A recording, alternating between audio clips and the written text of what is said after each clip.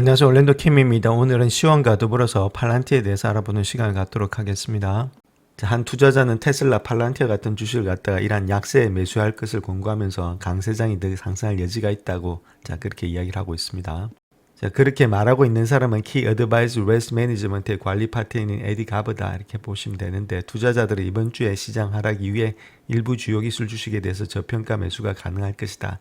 그렇게 이야기를 하고 있죠. 그래서 여기서 말하고 있는 내용은 지금 이 주가가 만약에 시장 자체가 하락한다면은 이런 주식들 테슬라, 팔란티아 이런 것들 못 가는데 주식이 아직도 상승할 가능성이 있다.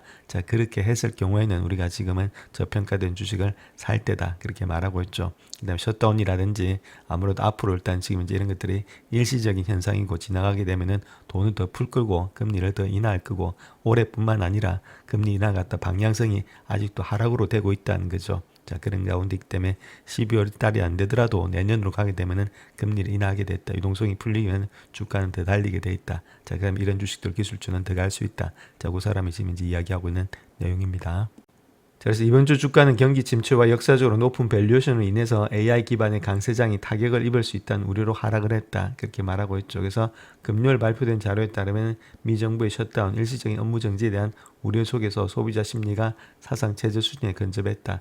요것 때문에 아침장에 좀 많이 하락을 했다가 오후장에 반등이 다시금 일어났죠. 그래서 기술주들의 하락세가 나스닥 종합세를 이끌었다. 종합지수를 이끌었는데 4월 이후에 최악의 주간을 기록했던 것이 이번 주였다. 이렇게 말하고 있는데, 지금 이제 가브 같은 경우에 있어서는 이번 주를 갖다 테슬라, 그다음 엔비디아, 팔란티아를 갖다 매수 기회로 보고 있다. 그렇게 이야기를 하고 있습니다. 팔란티아 같은 경우는 26명이 레이팅을 줄 때 홀드를 주고 있고, 지금 평균 판매 단가 자체를 본다면 179불 정도를 보고 있다. 그렇게 이야기를 하고 있습니다. 특별히 가번 같은 경우는 엔비디아와 지금 팔란티를 좀 많이 사고 있다 이렇게 말하고 있는데, 그는 향후 6개월 동안에 해당 종목들에 대한 전망을 가지고 있기 때문에 약세에 주목하고 있다.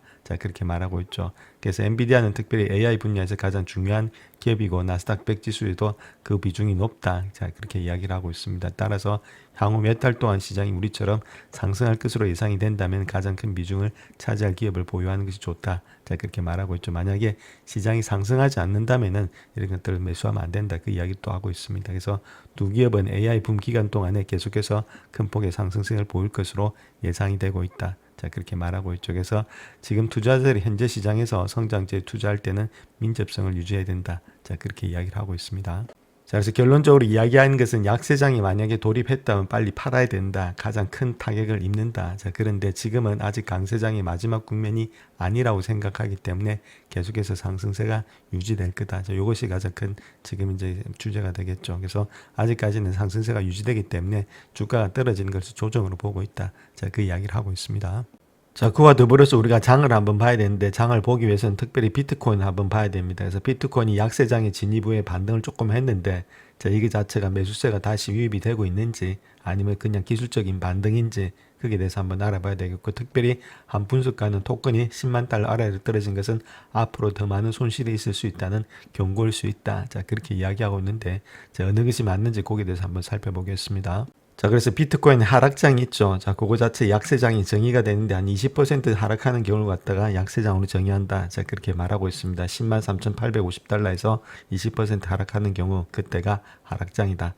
그렇게 보시면 되는데, 특별히 비트코인 같은 경우는 2014년 이후에 36번이나 하락장에 진입했고, 그 이전에는 최고치에서 최저까지 하락폭이 50%가 넘는 경우가 많았다. 그렇게 말하고 있죠. 그때는 개인 투자가들이 상당히 많았고 기관 투자자들이 없었습니다. 그런 가운데는 50%, 100% 왔다 갔다 하죠. 근데 중요한 것은 지금은 기관들의 돈이 들어오고 나서는 주식하고 똑같이 올라가서 내려가는 폭이 20% 밑으로 떨어지게 되면 그때부터는 하락장으로 정의한다. 그 이야기를 하고 있습니다. 특별히 비트코인 같은 경우는 화요일에 10만 달러선 아래에서 떨어진 이후에 여러 차례 일단 약세장 영역을 테스트를 했습니다. 특별히 비트코인 하루에 24시간 주 7일 거래되고 있는데, 특정 거래일 종료 시간을 갖다가 오후 4시로 정해가지고 이런 것들 10만 달러 아래로 떨어졌는지 몇 번을 지금 테스트했는지 그런 것들 나타내고 있다 이렇게 보시면 되겠습니다. 자, 그래서 현재 비트코인이 약세가 일부 월가 사람들을 불안하게 좀 만들고 있는데 비트코인 같은 경우는 주시장에서 투기적인 부분을 선도하는 지표라는 평판이 있기 때문이다. 저렇게 보시면 되겠고 특별히 상상할 수 없을 정도로 공황 상태에 빠졌다. 그런 인상은 없다는 거죠. 자, 그럼에도 불구하고 아무래도 시장에서 매우 견고한 매수 시점 가격 영역 중에 일부가 올해 다른 시기에 비해서 좀 상대적으로 다르게 좀 움직이고 있다는 겁니다. 이때까지 큰 폭이 상승했던 것이 조금은 다르게 움직이고 있다. 특별히 비트코인이라든지 메타 같은 것들 이런 인기 있는 주식들이 합리적인 수준까지 하락이 없었다는 겁니다. 자, 그렇게 일단 하락이 됐을 때는 공격적으로 매수세가 들어왔는데 지금은 좀 그런 일이 일어나지 않고 있다. 자, 요것이 조금은 지금 이제 현재 모습 속에서 좀 불안하다 그렇게 이야기를 하고 있습니다. 자, 그래서 현재 이 선수 자체는 여전히 일단 주식에 대해서 낙관적인 입장을 유지하고 있다. 우호적인 계절적인 요인, 그리고 요거는 뭐 11월 달이죠. 그 다음 견조한 실적들, 그리고 12월에 연방준비에 지금 이제 추가의 금리 인하 이런 가능성이 있기 때문에 연말로의 순풍을 꽂고 있는데, 자, 그럼에도 불구하고 투자 심리가 변했는지는 면밀히 주시를 해야 된다. 그렇게 말하고 있죠. 그래서 투자자들의 행동 방식의 패러다임이 바뀌었는지, 자, 그렇게 말하기는 좀 너무 이른데, 그럼에도 불구하고 우리는 체킹을 해야 된다. 그 이야기를 합니다.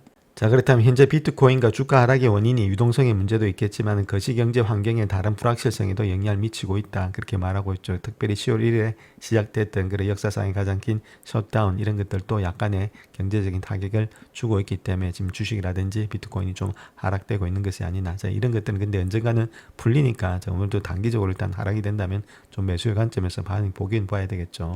자, 그렇다면 앞으로 비트코인은 어디로 될까, 어떻게 될까? 자, 거기에 대해서 한번 보게 되면, 물론 주식과 같은 기존의 자산보다는 변동성이 크다. 그렇기 때문에 20% 이상의 폭락이 더 자주 발생할 것으로 예상이 되고 있다. 그래서 폭락 자체가 그렇게 일단 두려운 것은 아니다. 자, 그렇게 말하고 있죠. 왔다 갔다 하는 폭이 워낙 일단 변동성이 심하니까. 자, 가장 중요한 것은 10만 달러 아래로 떨어진 것은 매도가 그럼에도 불구하고 아직까지는 끝나지 않았다는 경고가 될 수 있다. 자, 그렇게 이야기를 하고 있죠. 그래서 기준점은 중요한 지지선이었던 것들이 좀 돌파가 되었다는 것들. 자, 그로 인해서 비트코인은 머지않아서 7만 달러 아래로도 떨어질 수 있다. 자, 이런 식으로도 이야기를 하고 있습니다. 자, 그래서 비트코인 보시게 되면 고점 대비해서 내려왔던 폭 있죠. 자, 그거 자체가 지금 현재 20%, 21% 정도 되고 있는데, 자, 요 라인대를 갖다가 강하게 깬다면 주가 자체는 한 단계 또 하락을 할 수 있다. 이렇게 보시면 되겠죠. 그것이 98,000까지 내려왔는데, 그걸 강하게 깬다면 주가 자체는 조금 더 하락이 될 수 있다. 자, 그렇게 볼 수가 있겠죠. 그래서 이때까지 올라왔던 폭 있죠. 추세가 일단 상승으로 계속해서 연출되면서 올라갔는데, 자, 이러한 상승 추세가 좀 꺾여 있다는 겁니다. 이렇게 올라갔던 폭이 이제부터는 하락의 추세로서 형성이 되고 있다는 거겠죠. 그래서 이 하락 추세가 어느 정도 아직까지 완전히 변환이 된 것은 아니다. 그렇게 보시면 되겠죠. 추세가 계속해서 되고 있기 때문에. 그래서 이런 것들이 적어도 쌍바닥이라는 투바닥 정도는 만들어 놔야만 확실한 일단 반등이 일어나는데, 자, 그러려면 조금은 시간은 걸리겠다. 자, 이런 것들이 다음 주라든지 다다음 주에 여러 가지 뉴스에 의해서 다시금 유동성이라든지 고로 해서 이런 것들이 형성이 되겠죠. 그래서 이런 것들은 지켜봐야 된다. 이렇게 말씀드립니다. 자, 그 다음 또 S&P 500의 지수에 대해서 조금 더 말씀드리겠습니다. 지금 이제 이렇게 S&P 500의 지수에 대해서 말씀드리는 이유는 거의 지금 이제 3, 40%가 S&P 500 지수에 지금 이제 차지하고 있는 비율이 빅테크가 다 차지하고 있죠. 그래서 S&P 지수에 따라서 빅테크 지수가 움직일 수 있기 때문에 지금은 지수를 좀 자세히 봐야 된다. 저렇게 보시면 되겠죠. 그래서 중요한 고비를 넘겼는데 역사를 살펴보면 그 다음에는 어떤 일이 일어나는지를 알 수가 있다. 자, 그래서 우리가 한번 살펴봐야 되는데 그것이 50일 이동평균선을 갖다가 133일 동안 넘어섰다는 거겠죠. 요번에 일단 지수 자체가 그때 2007년 이후에 가장 긴 기록이 되고 있다. 그렇게 말하고 있고 금요일 날 끝날 뻔했는데 자, 끝나지가 않았다. 그 이야기에 대해서 한번 살펴보겠습니다. 자, 그래서 그 내용을 본다면 2007년 이후에 가장 긴 50일 이평선을 갖다 상회했다. 그렇게 말하고 있고 50일 이평선을 갖다 아래로 잠시 하락했지만 다시금 회복이 됐다. 자, 그렇게 말하고 있죠. 물론 CNN의 공포 당륙 지수 같은 경우에 있어서는 아무래도 주가는 최고치에 근접했음에도 불구하고 조금은 우려가 되고 있다. 자, 그런 점에 있어서 이평선은 하락을 했지만 다시금 반등이 됐다. 자, 그렇게 이야기합니다. 자, 그래서 테크니컬 분석가들 입장에서 50일 이평선 위에 있는지 아니면 밑에 있는지 그런 것들에 대해서 이야기했는데 좀 중기적인 지표죠. 그래서 50일하고 200일선이 중요한데 그래서 중기적인 측면에서 위에 있다면 좀 상승의 모멘텀이 좀 아직까지는 살아있다. 그렇게 이야기를 하고 있습니다. 자, 그럼에도 불구하고 5샌들러가 이야기하고 있는 내용을 보시게 되면 주당 가격이 2달러 이상이고 시총이 2,500만 달러 이상의 미국 주식의 대부분 자체가 하락 추세에 있다. 자, 그렇게 말하고 있고 시장의 62%가 어떤 형태로든 하락세를 보이고 있다. 그렇기 때문에 내부 상황도 좋지 않고 시장 규모도 좀 안 좋은 모양이 있다. 그렇게 말하고 있죠. 그래서 지수 자체가 좀 하락할 가능성이 높다. 한 10% 정도 하락이 곧 실현될 수 있다. 이런 식으로도 이야기를 하고 있습니다. 자, 그래서 다음 요 차트를 보시게 되면 above the 50일 이평선을 말하고 있죠. 무빙 에버리지니까. 그러니까 50일 이평선 위에서 얼마만큼 며칠 동안 일단 놀았느냐 그 이야기를 하고 있습니다. 이평선 자체가. 자, 그런가 주가 자체가. 자, 주가가 159일 정도 50일 이평선 위에서 놀았다. 그다음 148일, 257일, 149일, 130일. 자, 이 정도로 상당폭의 많은 동안에 이 50일 이평선 위에서 놀았을 때, 자, 그때 한 달 후, 석 달 후, 6개월 후에 평균을 내봤더니 3.8%, 4.7%, 5.8%로서 계속 상승이 됐다. 자, 그 이야기를 하고 있죠.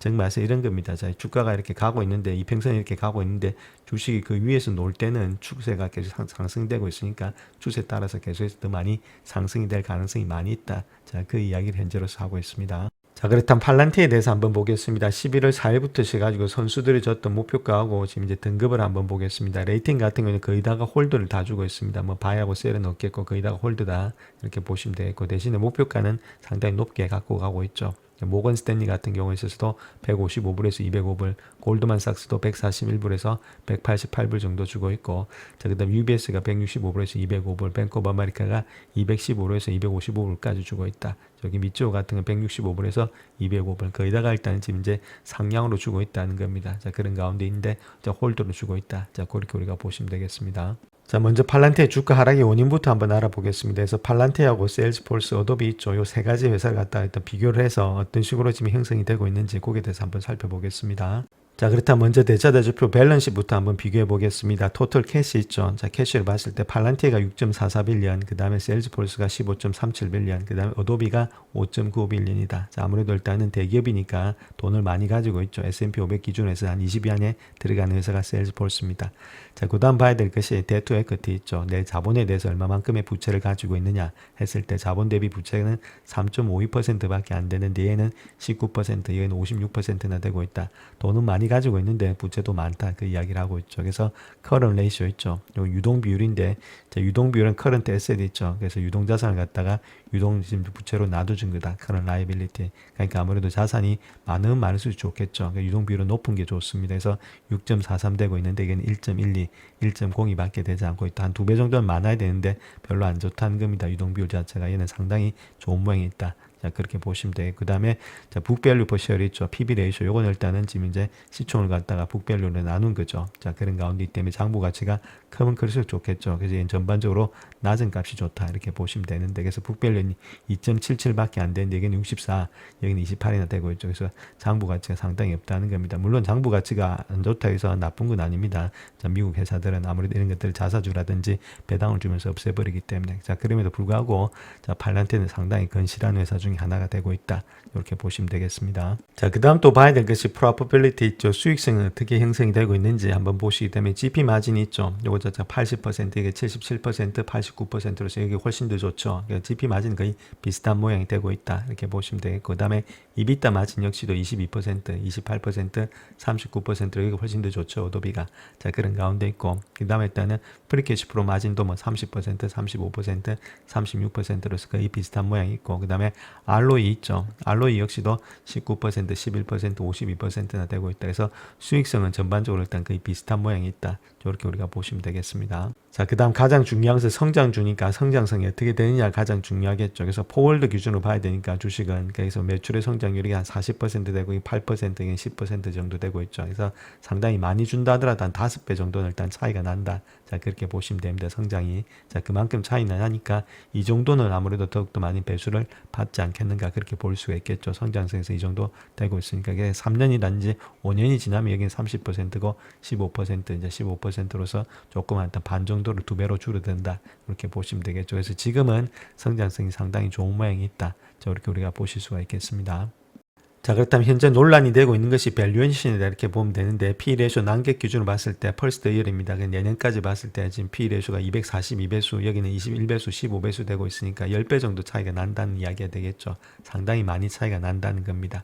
자, 근데 아까 보셨듯이 성장이 한 5배 정도 차이가 나고 있으니까, 자, 2배 정도는 더 많이 지금 이제 배수를 받고 있는 거 아니냐. 자, 그렇게도 볼 수가 있겠고, 또 일단 PEG 레이쇼 있죠. 홀드 기준으로 봤을 때, 자, PEG 레이쇼는 P를 갖다가 5년 동안의 이익 성장률로 나눈 거다 이렇게 보시면 됩니다. 싱킹 알파에서는 보통 한 3에서 5년 동안의 앞으로의 미래 성장에 대해서 이야기를 하고 있는 겁니다. 이게 자체가 중요한 건 일단 여기 이익 성장률 자체는 미래입니다. 미래 포홀드니까 과거는 필요 없겠고, 자 그래서 P로 나눠준 건데 요거 자체를 봤을 때 여기가 6.08이고 1.23, 1.1이니까 한 5배, 6배 정도가 차이가 난다는 거죠. 이 정도가 차이가 나는 건 괜찮은데 10배 정도가 차이가 난다는 겁니다. 그래서 242 매수는 조금 주기가 좀 무리수가 있지 않나 그 이야기를 하고 있죠. 그래서 한 120배 이 정도 주면은 크게 무리가 없는데 240배나 정말로 줄 수 있느냐. 자 그게 대해서 지금 이제 의문이 있으면서 주가 자체가 좀 많이 하락했던 거 아니냐.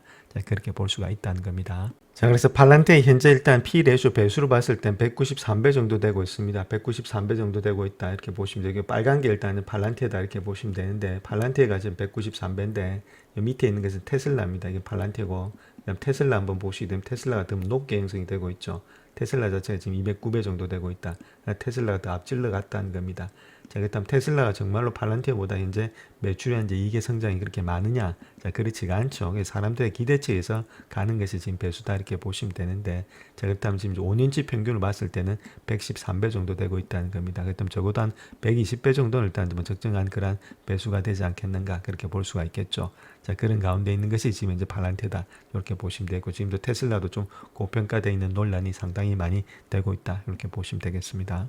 자, 그러니까 지금 이제 팔란티에 같은 경우는 한 120배 정도를 줄 수가 있다 이렇게 보시면 되겠죠. 그래서 120배에다가 지금 2017년도 걸 갖고 오겠습니다. 이제 1.39 정도를 일단 갖고 온다 이렇게 했을 때 요 정도가 일단 아무래도 적정 주가가 되지 않겠는가 이렇게 보시면 되겠죠. 아무래도 지금이 2025년도 말이니까 2016년도 되고 있으니까 2017년도 걸 가져왔습니다. 보통 보면은 1년이나 2년치 그 정도 갖고 온 거는 문제가 없다 이렇게 보시면 되겠죠.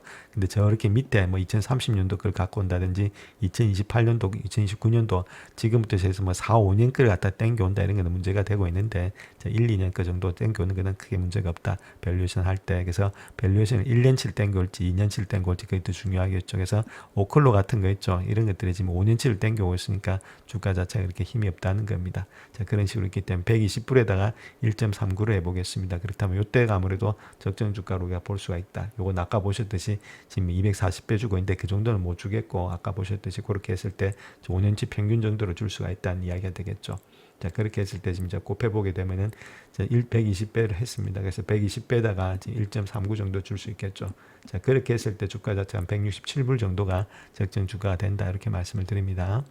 자, 그래서 차트를 보시게 되면 오늘 저가 있죠. 오늘 저가가 아무래도 168불 정도 되고 있었습니다. 168.91 정확하게 되고 있었는데, 자, 그만큼 일단 170불 때 깰 때 있죠. 자, 고를 때가 아무래도 조금은 저점이 있는 가능성이 많이 있지 않았나. 자, 그렇게 보여질 수가 있겠죠. 그래서 요런 가격 밑에라든지 요런 가격이 오면은 거기다가 좀 저점이다, 적정 적도가 되지 않겠는가. 그렇게 볼 수가 있다는 겁니다. 자, 그런 가운데이기 때문에 지금부터 시작해서 뭐 좀 내려온다든지 그렇게 했을 때는 조금씩의 매수 관점에서 좀 담아가야 될 때가 아니겠는가. 장기적으로 봤을 때. 자, 그렇게 보여지고 있습니다. 영상을 끝까지 시청해 주셔서 감사합니다. 영상이 도움이 되셨다면 구독과 좋아요 부탁드립니다. 감사합니다.